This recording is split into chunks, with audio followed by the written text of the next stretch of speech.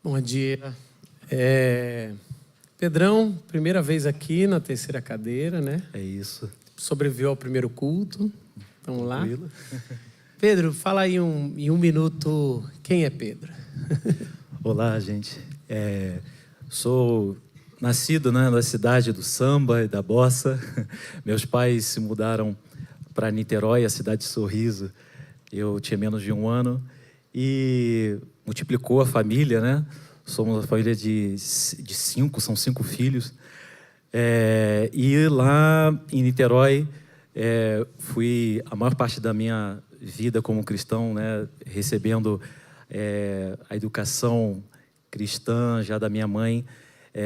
Participei da Igreja Presbiteriana Betânia, da qual conheci o Paulo, né, amigo de longa data, e o pastor Josué e Emília, que são uma família que fez diferença e faz diferença na minha vida, na minha história. Em 2022, eu passei, né, por uma separação. No final de 2022, recebi um convite a trabalho para São Paulo, e aí vim. Sou engenheiro, trabalho na área de mobilidade urbana, e aqui estou. Pedrão, por que a Vila, né? Entre tantas igrejas boas aqui em São Paulo. Primeiro que antes de vir para São Paulo, eu já sabia que viria para a Vila, né? Porque o Paulo está aqui, então se o Paulo está aqui é porque é boa. Caramba, alguém falou bem de você aqui, mano. Claro, não foi à toa que eu trouxe o Pedro hoje, para ficar na terceira cadeira. Mas o meu irmão também já esteve aqui bem no início da comunidade, era em outro lugar, né? Hoje ele está morando fora. E porque eu permaneço aqui, né? De fato, essa comunidade tem me ensinado a desconstruir muitas coisas que a gente pensa que sabia que conhecia na prática e não conheço. Então, sobre o amor do Senhor, sempre surpreende, e aqui eu encontrei na comunidade. Quando a gente vive isso como comunidade, fica mais rica a experiência, né? Obrigado, Pedro. Vai ser bom que você participe aqui com a gente nesse papo. Nós estamos nessa série, e esse semestre a gente vai ficar nela, chamado Isso Muda Tudo, Encontros com Jesus. E nessa série a gente está experimentando essas pessoas que estão encontrando com Jesus, e como algumas reações ou algum fato narrado aqui mudou tudo na vida delas, e como isso pode mudar na minha e na sua vida, né? Semana passada, se você perdeu, tá em toda a plataforma de podcast, você pode olhar, ou no YouTube. A gente falou sobre a mulher samaritana e como era difícil a situação lá com os samaritanos, e como aquela mulher, mesmo sendo vítima de uma sociedade ali, ela consegue dialogar, ela questiona Jesus, e depois ela é transformada por Jesus. Hoje a gente vai ver a história de um outro samaritano e como Jesus realmente também transforma a vida dele. Então, eu queria convidar vocês para abrir no Evangelho de Lucas, capítulo 17, versículo de 11 a 19. Lucas 17, versículo de 11 a 19. Paulo, em que versão você vai ler? Eu vou ler na NVT, Nova Versão Transformadora. Acho que vai ter na tela também, para quem quiser acompanhar pela tela. E diz assim: dirigindo-se a Jerusalém, Jesus chegou à fronteira entre a Galileia e a Samaria. Ao entrar num povoado dali, 10 leprosos, mantendo certa distância, clamaram: Jesus, mestre, tenha misericórdia de nós. Ele olhou para eles e disse: vão, apresentem-se aos sacerdotes. E enquanto eles iam, foram curados da lepra. Um deles, ao ver-se curado, voltou a Jesus, louvando a Deus em alta voz. Lançou-se aos seus pés, agradecendo-lhe pelo que havia feito. Esse homem era samaritano. Jesus perguntou: eu não curei 10 homens? Onde estão os outros 9? Ninguém voltou para dar glórias a Deus, exceto este estrangeiro. E disse ao homem: levante-se e vá, sua fé o curou. Que Deus ilumine a sua palavra na exposição dela e que essa palavra nos transforme ao final dessa exposição. Gente, essa história narrada por Lucas tem detalhes muito interessantes. Deixa eu falar um pouquinho sobre Lucas, né, e o seu evangelho. Nós temos 4 evangelhos para descrever a grandeza do nosso Senhor Jesus Cristo. E cada um dos autores, ele tem um olhar diferente sobre Jesus, e Deus o quis assim para que a descrição do nosso Senhor Jesus seja completa. Talvez porque provavelmente Lucas é um estrangeiro e sentiu na pele o que é passar a cultura, entrar numa outra, escrever sobre ela e tudo mais, numa religião que não é da sua cultura, era de outro. Ele olhou nas histórias de Jesus e ele fez uma pesquisa, ele mesmo fala, fez uma pesquisa apurada. Provavelmente Lucas sentou com Maria para conversar sobre a história de Jesus, porque o evangelho de Lucas é o que tem mais trechos sobre a Maria, sobre os pensamentos, sobre tudo dela. Então, Lucas, ele quando foi fazer a sua pesquisa, ele percebeu que Jesus, ele tinha um olhar especial aos excluídos. Por isso, no evangelho de Lucas, você vai ver os pobres ganhando uma ênfase a mais, né? As bem-aventuranças, na versão de Lucas, é só bem-aventurado pobre, ponto. Não tem nem de espírito. Então é interessante que você vai ver os pobres ganhando um olhar diferente. As mulheres vão ganhar, elas eram excluídas naquela época mais do que é hoje, bem mais. E aí, como Jesus, ele tem esse olhar para as mulheres, a gente vai descobrir por causa de Lucas, que são as mulheres que sustentam o ministério de Jesus. As crianças, que eram também um outro grupo desprezado, e no evangelho de Lucas você vai ver Jesus falando que o reino é delas, mandando trazer. E os samaritanos. Os samaritanos, apesar da mulher samaritana estar em João, os samaritanos no evangelho de Lucas, e assim consequentemente os estrangeiros, eles ganham um papel especial. Por quê? Porque o samaritano, e Jesus vai chamar de estrangeiro aqui, ele é um estrangeiro de dentro, algo ainda mais, vamos dizer assim, pior para um judeu na época, porque você tem os estrangeiros, que são os gregos, né, ou os romanos, mas os samaritanos são alguém que era de dentro e se misturou com os de fora séculos antes e que agora é tratado com desprezo. São os intrusos, né? É o estrangeiro intruso, tipo, o judeu olha para ele dizendo, não era para você estar aqui. É aquele genro que ninguém quis. Isso. Sabe? Aquele que o primo casou, aquela prima casou com aquele cara, ele estraga o seu Natal. Então ele é de dentro, mas não deveria ser. Todo mundo tem isso, vamos lá. Entendeu o que é um samaritano? Acho que é a minha melhor ilustração de anos aqui. É alguém que é de dentro, mas você gostaria que não fosse, sabe? É pior do que os de fora, porque sabe se comportar os de fora quando vem, né?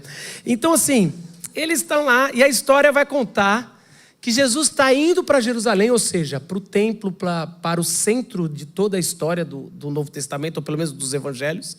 E ali ele passa e tem 10 leprosos, passa por Samaria perto, e tem 10 leprosos. Deixa eu parar um pouco a história aqui, porque é importante a gente falar isso. Na época bíblica, a Bíblia nunca quis se preocupar em ser precisa com as doenças, não é científico aqui. Então, lepra não é hanseníase. Lepra é qualquer doença de pele externa ali, principalmente que descama. Ok? Então, a gente precisa fazer essa separação, porque hoje é uma outra coisa quando a gente fala lepra, a gente mantém essa palavra para ser fiel, mas isso aqui é uma outra coisa. Além de serem doenças contagiosas, mas esse não era o mais grave. O mais grave é porque na teologia da época era considerado uma maldição externa, que também contagiava. E por que lepra ou doença de pele era considerada uma maldição ali para aquilo lá?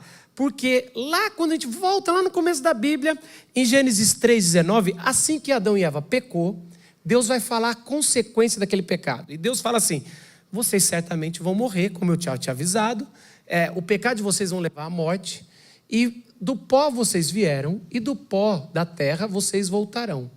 Então, ao longo da história do povo de Israel, se começou a colocar que pessoas que estavam esfarelando na sua pele, já estavam vivendo em vida a maldição de voltar ao pó da terra, ao voltar à areia da terra. Ou seja, a maldição está tão clara que esse cara está merecendo a morte, ou está vivendo em morte, que ele já está vivendo em vida esse voltar ao pó da terra. Daí você fala, caramba, isso teria evitado tanto preconceito ao longo da história da igreja, se alguém tivesse me explicado isso. Mas porque a Bíblia, como ela está sendo escrita e as pessoas já sabem como estão vivendo, depois começam os erros de interpretação. E não era só a pele, também tinha certos tipos de queda de cabelo, também era considerada essa maldição. Então, você tem algumas doenças que você perde, desculpa os carecas, eu sei, já vi sorrisos, não eram todos os carecas, mas alguns tipos de doenças que perdiam rápido o cabelo, era considerado que também você estava vivendo essa maldição. E aí você entende por que Eliseu, ele tem uma reação tão brava quando é chamado de careca. Não é algo sobre estética, é algo sobre ser rejeitado como discípulo de Elias e ser considerado. Também não estou justificando ele mandar a ursa matar ninguém, não. Isso aí, ele que responda no céu por que ele fez isso. Eu só estou dizendo que às vezes a gente lê um texto bíblico e fica assim, nossa, que o cara não pode chamar ninguém de careca, tá vendo? Não toca no ungido do Senhor, não dê apelido em pastor. Então, não é isso. Também não é para dar apelido em pastor também não. Mas assim, mas é essa condição. Então amaldiçoado, né? Amaldiçoado. Chamar o cara de careca naquele tempo, nesse contexto que o Marcos está falando, é tipo, você é um amaldiçoado. Por isso que ele não quer que o chamem, né, de careca. Isso. E é como se chamasse ele de leproso.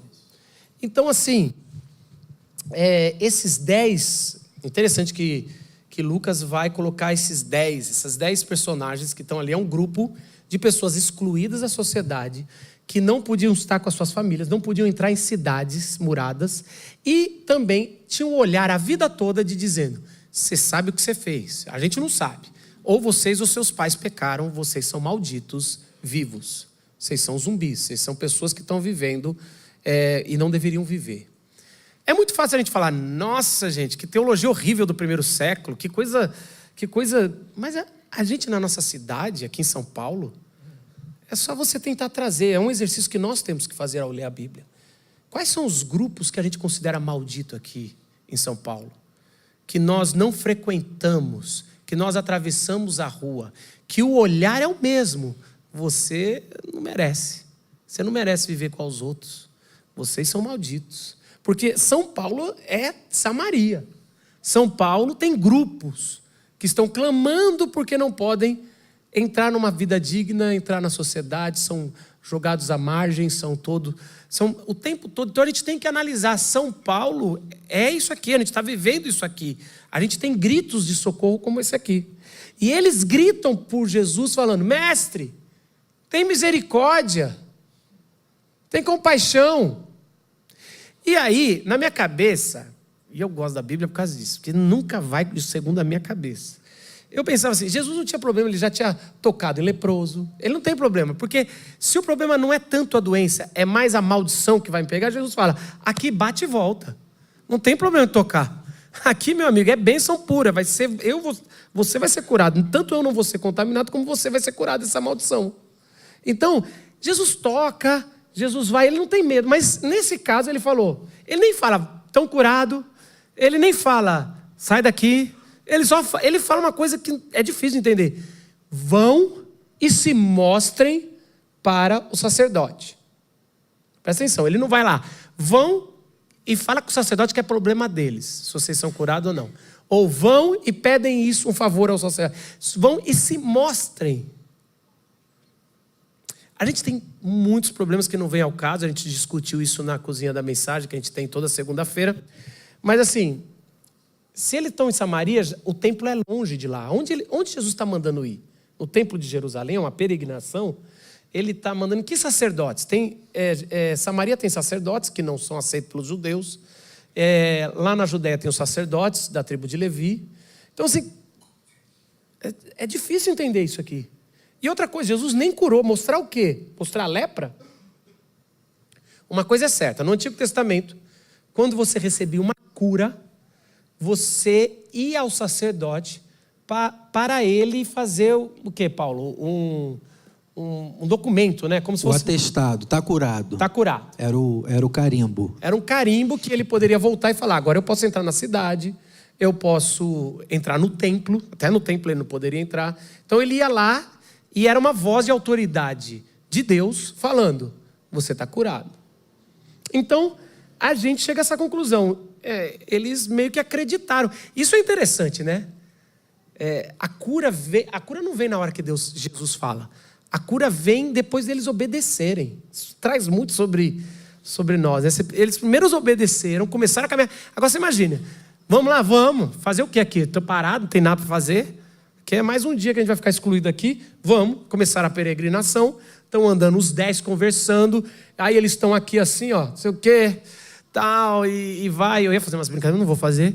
E aí eles estão andando. Eu cresci com muita piada de lepra, assim, essas coisas. E aí a gente vai. E aí eles estavam caminhando. E aí de repente alguém fala: ah, mano, seu braço. Seu braço. Tem pelo agora? Nunca teve. Não sei o quê. Aí começou a pedir o Tony Ramos, não sei o quê. E aí não sei o quê. Tá ruim, né? E aí eles vão percebendo que eles estão curados. Isso é incrível. Isso eu penso que nem é difícil, tem filme. Porque eles obedecem e aí eles estão indo e eles são curados no caminho. E aí um volta. Para mim é também... tá todo mundo curado, imagina a festa. Primeiro é uma celebração, todo mundo... Abraça aqui, não quer tocar. Não, toca, também tô. E aí vai, estamos curados. Gente, graças a Deus. E aí um fala, eu vou voltar para falar com Jesus. E aí 9 não volta. Mas assim, eu sempre pensei que eu sou um dos 9, viu, gente? Já vou falando para vocês. Porque na minha cabeça é assim, o que ele mandou fazer? Mandou ir no sacerdote. Para de ser teimoso, cara. Mas sempre tem um que quer aparecer. Voltar, vamos no sacerdote. Vamos mostrar. Vamos ganhar o carimbinho. Vamos voltar para as nossas casas. Sei lá. O que esse cara está voltando? E assim, eu iria garantir o meu milagre. Vou até o sacerdote, vou fazer o que ele mandou. Depois, se um dia eu ver, legal, agradeço. Eu acho que quando eles se veem curado, para mim, a maioria nem foi no sacerdote. Também tem isso. Porque aqui, ó, já tá, já posso voltar para a cidade. Imagina o tanto de coisa que esses caras não podiam fazer, que nessa hora eles dizem, eu posso voltar agora. Nem se sabe se esses caras, por estar na região de Samaria, eram religiosos. Assim, que mané sacerdote o quê? Eu vou voltar e viver o restante da minha vida. O texto nos convida a imaginar. O texto não fala nada disso. Mas o texto nos convida a entender e nos identificar. Eu me identifico demais com os 9. Porque eu estou ali, pelo menos, eu acho que eu iria. Sou meio legal, eu sou filho de crente. Eu faço o que está mandando. Seria no sacerdote. A gente não fica inovando, a gente vai lá fazer o ritual religioso. No sacerdote. Não. Vai voltar para Jesus, nada. É igual conseguir um emprego dos sonhos, aí você tem um bom salário, você não vai dar o dízimo do primeiro mês? Tem que, pelo menos no primeiro mês, dar garantido. Que é aquele negócio, vai que, né? Vou voltar. Então, assim, essa é a mente... Vocês estão se identificando, né? Essa é a mente do religioso. Quando não dá integralmente, vou dar integralmente no primeiro mês para falar muito grato, Senhor, tudo. Depois eu vou para 10%. E aí a gente faz isso porque a gente é assim. Mas esse cara não era assim. Esse cara, ele volta e ele vai adorando ao Senhor. 10 pessoas buscaram a Jesus quando precisavam. Um buscou a Jesus para agradecer. Essa conta, ela é constrangedora. Ela mostra que esse cara enxergou alguma coisa que os outros não enxergaram, que os outros 9. E a gente tem que aprender com ele. Esse coração grato. E a gente vai percebendo que a gratidão é a base da caminhada com Deus. Não é necessariamente o senso de justiça, não é necessariamente a santidade. O texto bíblico vai dizer que claramente que a gratidão é algo que é a marca ali. É um coração grato. Ele volta, eu gosto da expressão aqui, ele volta louvando a Deus em voz alta. Eu gosto disso. Eu gosto de imaginar que ele não é afinado. Geralmente esses caras muito gratos não são afinados. Mas, então era ruim. Não, você não é muito grato não, Paulo, você é afinado. Eu não sei se eu achei bom ou se eu achei ruim. Mas assim, você lembra desses momentos raros? E quanto mais velho na vida você vai ficando, mais raro vai ficando. De momentos que você é tomado de tanta alegria, que o louvor sai alto, independente se você é afinado ou não. Que você fala assim, gente, que é aquele dia que aconteceu algo, que você percebeu, ou que você ganhou um presente de Deus maravilhoso, e você é tomado. Esse aqui está voltando, ele pode até não ser afinado, mas todos que olharam ele falaram, caramba, isso aí que é vida, isso aí que é que espírito. Esse cara foi voltando e trazendo no caminho. O que os leprosos, ou que alguém que era excluído, levava com um sinal de ele tinha que gritar de longe, morte, contaminação. Agora ele vem gritando de longe, louvado seja Deus, o Deus que cura. E aí, Pedro, você teve já esses momentos de que a gente é tomado por uma alegria tão grande? Tirando salvação, que é lógico que essa sim. Com certeza. Há algumas coisas fantásticas assim que aconteceram na história da minha vida e da minha família, né? O mais marcante, sem dúvida alguma, se deu com a cura da minha mãe, né, de um câncer, um câncer de mama. E na época a gente era pequeno ainda, mas depois, quando você vai crescendo, você vai entender a dimensão do que significava e dos eventos que construíram um milagre enorme, assim, né? Tal como ela testemunhou muitas vezes, né? Não só na minha igreja, mas em outras igrejas também. E a gente hoje assimila, assim, isso é um milagre assinado, assim, né? Com todas as letras. E outras coisas também comigo, assim, inusitadas, assim, como, por exemplo, um golpista que me devolveu o dinheiro em alguns minutos, sem nenhuma explicação, né? Alguma ameaça aparente, né? Eu me lembro também de ter feito uma trilha, estava lá dentro da mata, assim, e eu praticamente pisei numa serpente, assim, né? E a pessoa que estava comigo assim gritou assim, e eu estava com o meu pé praticamente pisando. E depois ficar lembrando, né, que eu estava muito distante e o que aconteceria em relação a socorro e tudo mais. Então, essas coisas extraordinárias. Mas eu paro para pensar, né, quanto os extraordinários são que ficam como gratidão, e só isso, né, parece que é um pouco dos 10%, né, e os 90% que se dá pela vida do dia a dia, a vida ordinária, que nem por ser o que a gente julga como ordinário deixam de ser milagres, e também pelas coisas não só positivas, mas aquelas que a gente não julga como positivas, né? Quando eu simplesmente nem quero contar, quero que passe, não seja uma memória para mim, muito menos motivo de gratidão.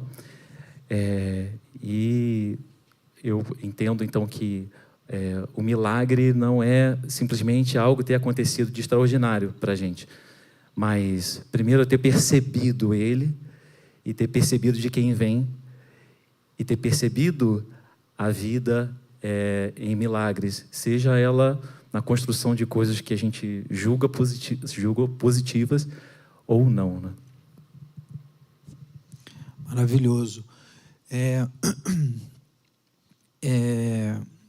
A gente não costuma, né, dar muito valor para isso, mas o valor de ter a quem agradecer, de reconhecer a fonte. Gente, isso é maravilhoso, reconhecer na vida aqueles através de quem Deus cuida da gente. E reconhecer a presença dele na história. Esse leproso, né, que volta, ele lembrou da fonte. Não, peraí, de onde veio isso? Alguém me disse para caminhar nessa direção. Eu caminhei e fui curado. Eu tenho que agradecer a ele. a fonte disso, né? Poder reconhecer quem é a fonte, perceber a presença da fonte na história da minha vida. Então, por exemplo, quando você falou, né, Pedrão, da sua mãe, né, quando foi curada, a minha mãe também passou por algo semelhante, teve um câncer e foi um momento muito difícil, né, para a gente, ao redor, vendo, né, o sofrimento. E de vez em quando eu conto esse testemunho e acabo não falando que no final das contas ela foi curada. Mas é porque o testemunho, na verdade, não é sobre a cura física apenas, mas ele tem a ver principalmente com reconhecer a presença da fonte de toda a cura na história. E a gente passou por esse momento tão difícil, percebendo o tempo todo. Quando não percebia em algum momento, era lembrado por outro do lado. Mas Deus está cuidando, não desanima. Ele está presente, ele vê essa situação. Ele sofre junto com a gente. E o melhor de tudo, ele venceu inclusive a morte. Se não for o caso da cura física, mesmo a morte não é mais um problema, embora a gente sofra tanto e tudo isso faz parte. Lembro dos meus filhos pequenininhos, eu me tornando pai, né? De primeira viagem aqui em São Paulo, longe dos meus pais, longe dos meus sogros e meio que tendo que arcar com uma série de momentos tão difíceis dos meus filhos pequenininhos, que não dormiam de jeito nenhum e eu me vi muitas noites assim, desesperado. Gente, teve noite, eu já contei isso aqui, de chamarem a polícia, porque meus filhos não dormiam e choravam muito. Então tem gente aqui que nunca ouviu isso, mas uma vez de madrugada tocou o interfone, eu achei, vai ser algum vizinho reclamando. Era o porteiro dizendo, seu Paulo, ele me chama de seu Paulo, a polícia está aqui embaixo, porque chamaram a polícia. Eu lembro do desespero que foi aquilo. Mas hoje eu olho para trás e falo, Deus estava ali junto comigo naquele desespero. O milagre é a presença dele, é reconhecer a presença dele. E eu acho que isso faz diferença, assim, sabe? Na minha vida, na vida da gente como um todo, assim como esse homem que reconheceu, peraí, eu sofri tanto tempo, mas teve alguém que entrou nessa história e fez a diferença, né? E eu reconheço, eu quero voltar para reconhecer isso. Então, a gente ouvindo essa história, a gente já começa a perceber que a gratidão é a base da nova caminhada com Deus. Esse samaritano, ele mostra que a gratidão dele não deixou ele continuar a jornada. Ele precisou voltar e encarar Jesus de novo agora de forma próximo e aos pés. Porque ele se joga aos pés, né? Algo interessante na linguagem do jeito que Lucas escreve as histórias de Jesus é que a gente percebe muito essa matemática, essa porcentagem nas histórias que Lucas conta, que ele sempre está trazendo algo interessante, né? Primeiro que ele fala 10 leprosos, né? Então assim, um volta. Quando a gente vai em Lucas 15, que tem 3 histórias, né? A ovelha perdida, a dracma perdida, o filho perdido, você vai ver que Lucas narra que Jesus fala, melhor é um que se arrepende do que 99 que não tem que se arrepender. Melhor é aquela moeda, tem festa a moeda que foi encontrada do que 9 moedas que não precisaram ser encontradas. A festa para o filho perdido do que a festa do filho mais velho que está lá dentro e fala, você não faz nada por mim. Então a gente vai vendo essa porcentagem da menor parte se tornando todo, né? E a gente vai ver aqui que Jesus, ele fala assim, é muito interessante, Jesus fala assim, quando ele se ajoelha, os 10 não foram curados, né? A gente geralmente lê, eu acho, como retórico a pergunta. E eu acho que é assim. Mas também é interessante. Eu fiz alguma coisa errada? Não era... Tem uma ironia aí. Tem uma ironia. Com certeza. Jesus, ele chega para ele, só você foi curado, os outros falhou ali? Aí eu acho que o samaritano dá um sorriso e fala, não, foi os 10, a gente até comemorou. E aí Jesus fala, cadê os outros 9? E não tem resposta. É meio que assim, ele joga isso aqui... Lucas decide, não, o importante é as perguntas, as respostas cada um vai fazer a sua. Assim, cadê os outros 9? Depois de ter perguntado, e o sacerdote, acharam? Chegaram a chegar lá do sacerdote? Eu acho assim, é interessante aqui porque a gente tem esse pensamento, a gente é fruto de uma cultura fragmentada. Existe lugar para religião, existe um lugar para nosso privado, existe um lugar público, e existe, gente, não estou dizendo que não existe. Existe um lugar público, existe o que é do trabalho, então você vai mudando assim, eu sou esse aqui, agora muda a chave, agora eu cheguei em casa, agora muda a chave, entrei na igreja, agora muda a chave e vai. Mas esse cara, esse 10% se torna o todo. É assim, ele se faz o todo. Ele se faz o todo. A gente costuma, na nossa mentalidade, eu costumo, não sei se você também, eu faço assim, para Deus eu vou dar o que a lei manda, por isso que eu falei para vocês, que para mim eu sou muito a lei.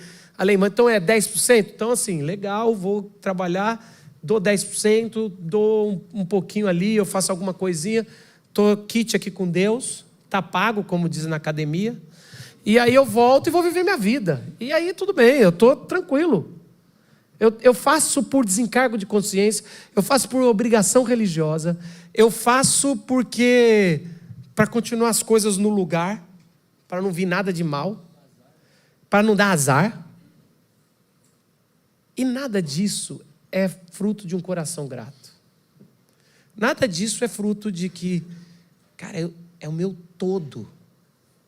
É tudo que eu ganho, eu quero disponibilizar para o reino de Deus, para ajudar o próximo, para fazer a transformação.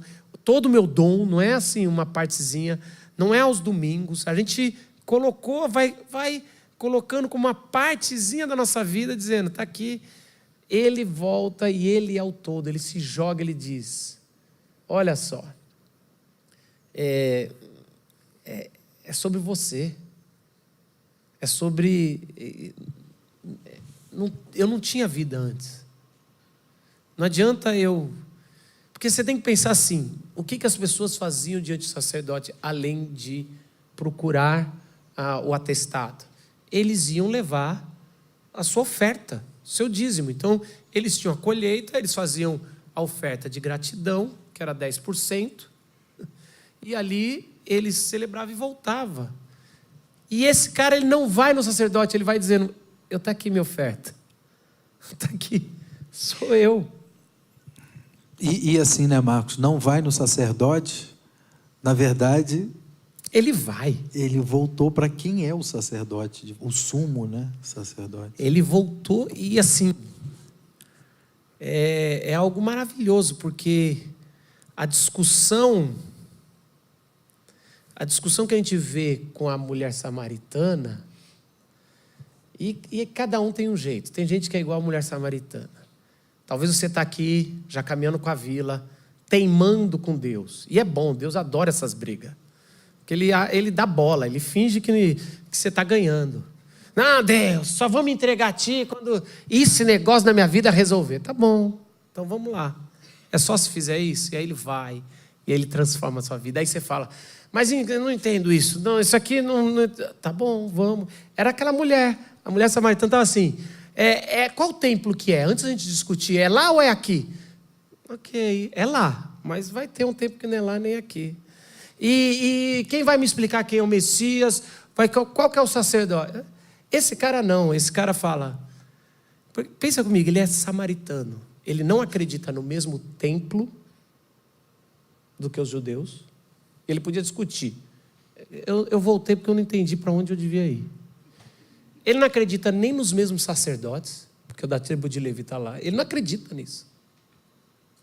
Mas ele fala, nada disso importa. Ele não fala, mas ele demonstra. Ele fala, eu só estou me prostrando, porque essa é a minha nova realidade. É meu todo está aqui. Eu entendi que não é lá nem aqui, é com quem, né? É com quem? O Espírito e a verdade é aqui. Então, presta atenção. Tem gente, é com os presbiterianos, é com os batistas ou assembleianos? Já passou esse tempo. Eu espero que já tenha passado esse tempo para você. Ah, mas é seguindo desse jeito ou daquele jeito? É com quem? É com quem? Não é nem aqui. É aos domingos? Não. É com quem?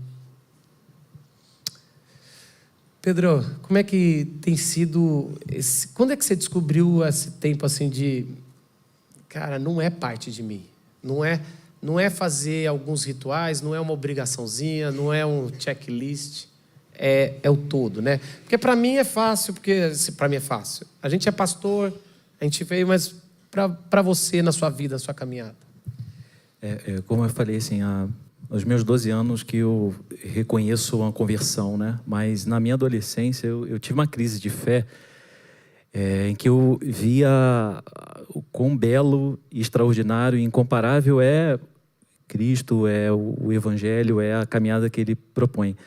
Só que uma coisa é entender a excelência do Evangelho, outra coisa é se ver nele. Então eu me via, olhava para mim e via assim, sou incapaz de representar o Senhor à altura do que é esperado de mim, porque eu percebo que, apesar de entregar a meu coração, mas a gente traz a cultura da onde a gente vem, né? A cultura ocidental é a cultura da performance e é de você mostrar aquilo que se destaca de virtudes, né? E você tentar esconder aquilo que é vergonhoso, né?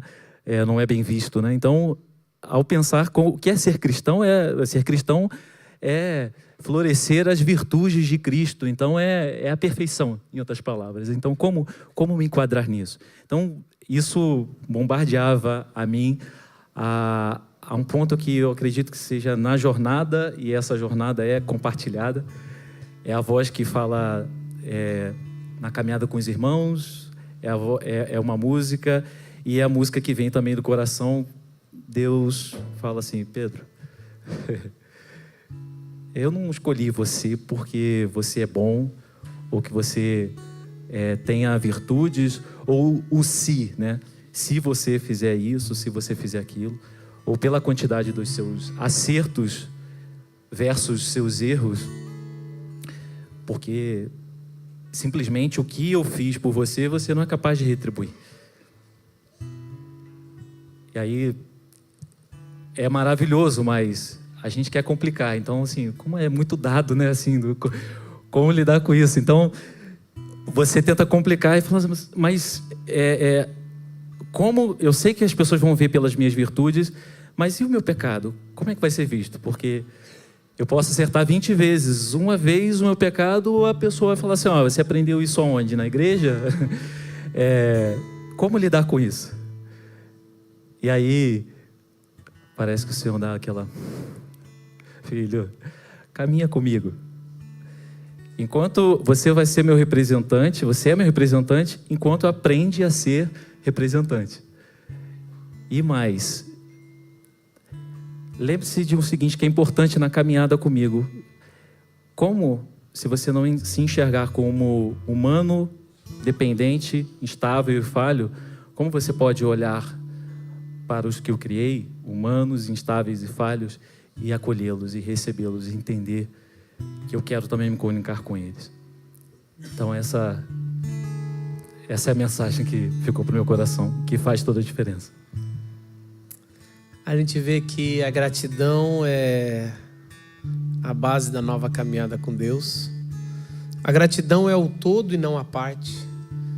É a sua vida, é a generosidade, tanto nos seus dons, contribuição, tá envolvido. E a gratidão do que ganhamos hoje nem se compara com o que vamos receber na eternidade. O final dessa história, ela é surpreendente. De novo, na minha cabeça, Jesus chegaria para ele e falasse, parabéns, você voltou, continue com esse coração. Tá no caminho certo.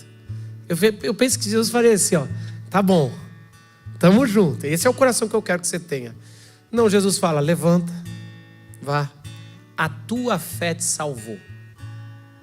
Eu fico imaginando esse cara voltando, falando, será que eu volto lá e pergunto do que ele está falando? Eu já fui curado, eu fui agradecer pela cura. Ele voltou com isso aqui, a minha fé me salvou. Eu acho que ele nem estava muito real. Como assim? Eu pensei que tudo que eu precisava era ser curado da lepra. Daí eu não quero mais nada. E é como se Jesus falasse: eu sei que sua visão ainda é desse tamanhozinho, você é míope. Mas o que eu estou te dando agora, depois de você se prostrar aos meus pés, é algo de uma gratidão, de algo que você nem sabe que você vai ter.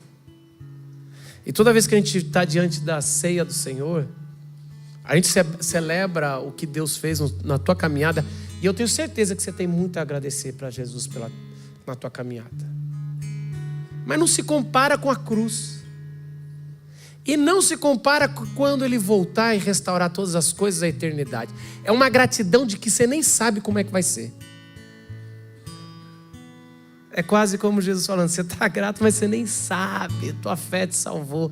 Você voltou e se prostrou no único que é digno de ser adorado. Agora vai começar tua caminhada.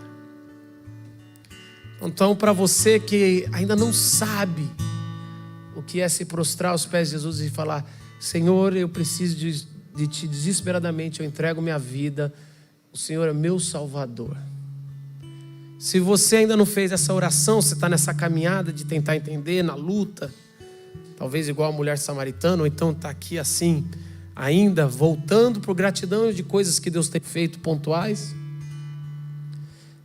Meu desafio é para você orar ao Senhor, pedir para Ele te batizar por dentro e por fora, vir e mostrar em público, com um batismo público, e reconhecendo que Jesus é Salvador, e começar a viver essa vida de transformação. E para você que já foi batizado, já tem caminhado, altos e baixos, meu desafio é para que você traga esse coração de gratidão, não só por Deus, mas por pessoas que marcaram a tua vida. Eu com 19 anos, e assim eu encerro, eu tive o privilégio de morar fora. Morei nos Estados Unidos, num lugar bem nobre. O dólar era 1 por 1. Era uma janela única na vida. E eu fui morar lá e esses tempos, depois de 20 e poucos anos depois, eu comecei a pensar. Eu lembrei de quanto eu ganhava. Meu pai botava $200 aqui, eu sacava $200. Só que o lugar onde eu tinha que pagar o aluguel era 175. Eu comecei a fazer a conta e falei: não dá para eu ter comido em um ano. Essa conta não bate. A gente era moleque e não tinha isso. Você fez essa conta agora esses dias. Eu fiz essa conta. É verdade. Na época a gente viveu, eu sei que eu passei, eu tô aqui. E aí eu lembrei de um cara que tinha minha idade. E ele sempre saía e ficava no restaurante um pouco mais. Ou seja, ele que pagou minha conta. E cara, caiu um negócio no meu coração.